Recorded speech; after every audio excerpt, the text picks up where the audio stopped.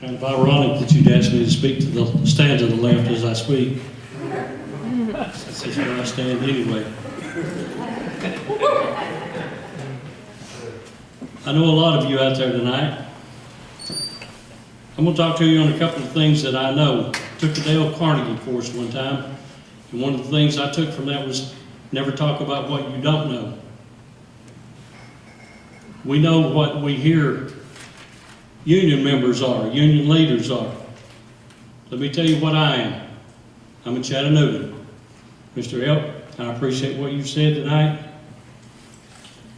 I have to disagree with you on one point. You don't have to swear to be a union leader. I won't claim to be a Southern gentleman, but a Southern gentleman doesn't swear in mixed company. For a long time, I've worked with people in this room, worked around people in this room, have good friends in here. They know me and I know them. I know them to be good people. I've seen the work they've done. I've seen them help people who will never know they helped them. That's union people. Now, that's not to say that people who are not in unions won't do that. But I'm speaking of the people who are under attack in this country. The middle class is under attack. We recognize that. Unions appear to be dying, but tonight, these three young men up here, Trish Bazemore, COA, groups like that, give me hope that unions are not dying. Will you start to do that?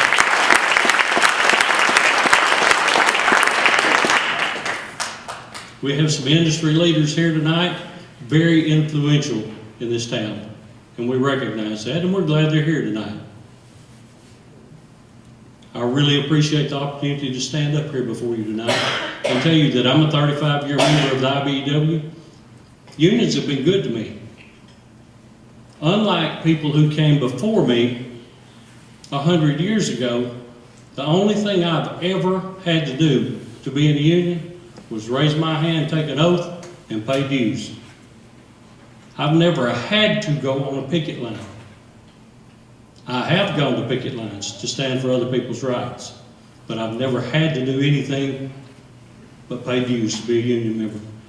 And it has been to my benefit the entire time. My dad was an independent Southern Baptist preacher, which I refer back to the swearing.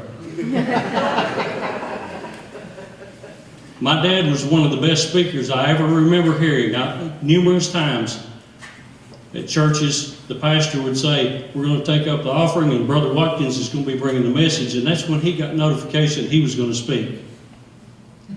So we come from people who learned the hard way to perform under pressure. I've seen a lot of people in this room perform under pressure for somebody to ask them to stand. Will you do this? Will you do that? They don't hesitate. They do it. That's the union way. People talk about lazy union workers.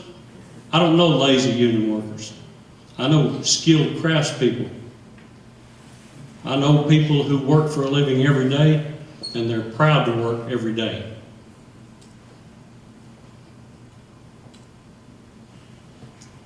This young man over here is working right along tonight. I'm sure he's part of the campus workers. I got one of those, he is.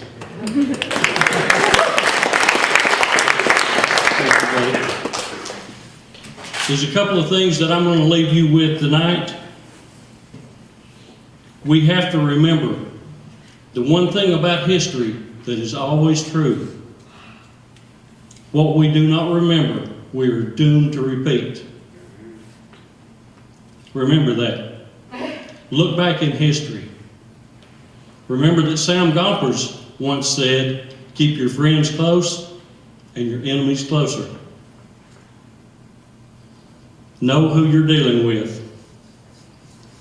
Workers, and this is my closing statement, workers here around the world will never get more than they're strong enough to take. Thank you for the opportunity to be here tonight. I stand with the workers at Volkswagen. I stand with union workers. I stand with workers around the world who want to be in unions and who don't want to be, because we fight for all of them every day. Thank you.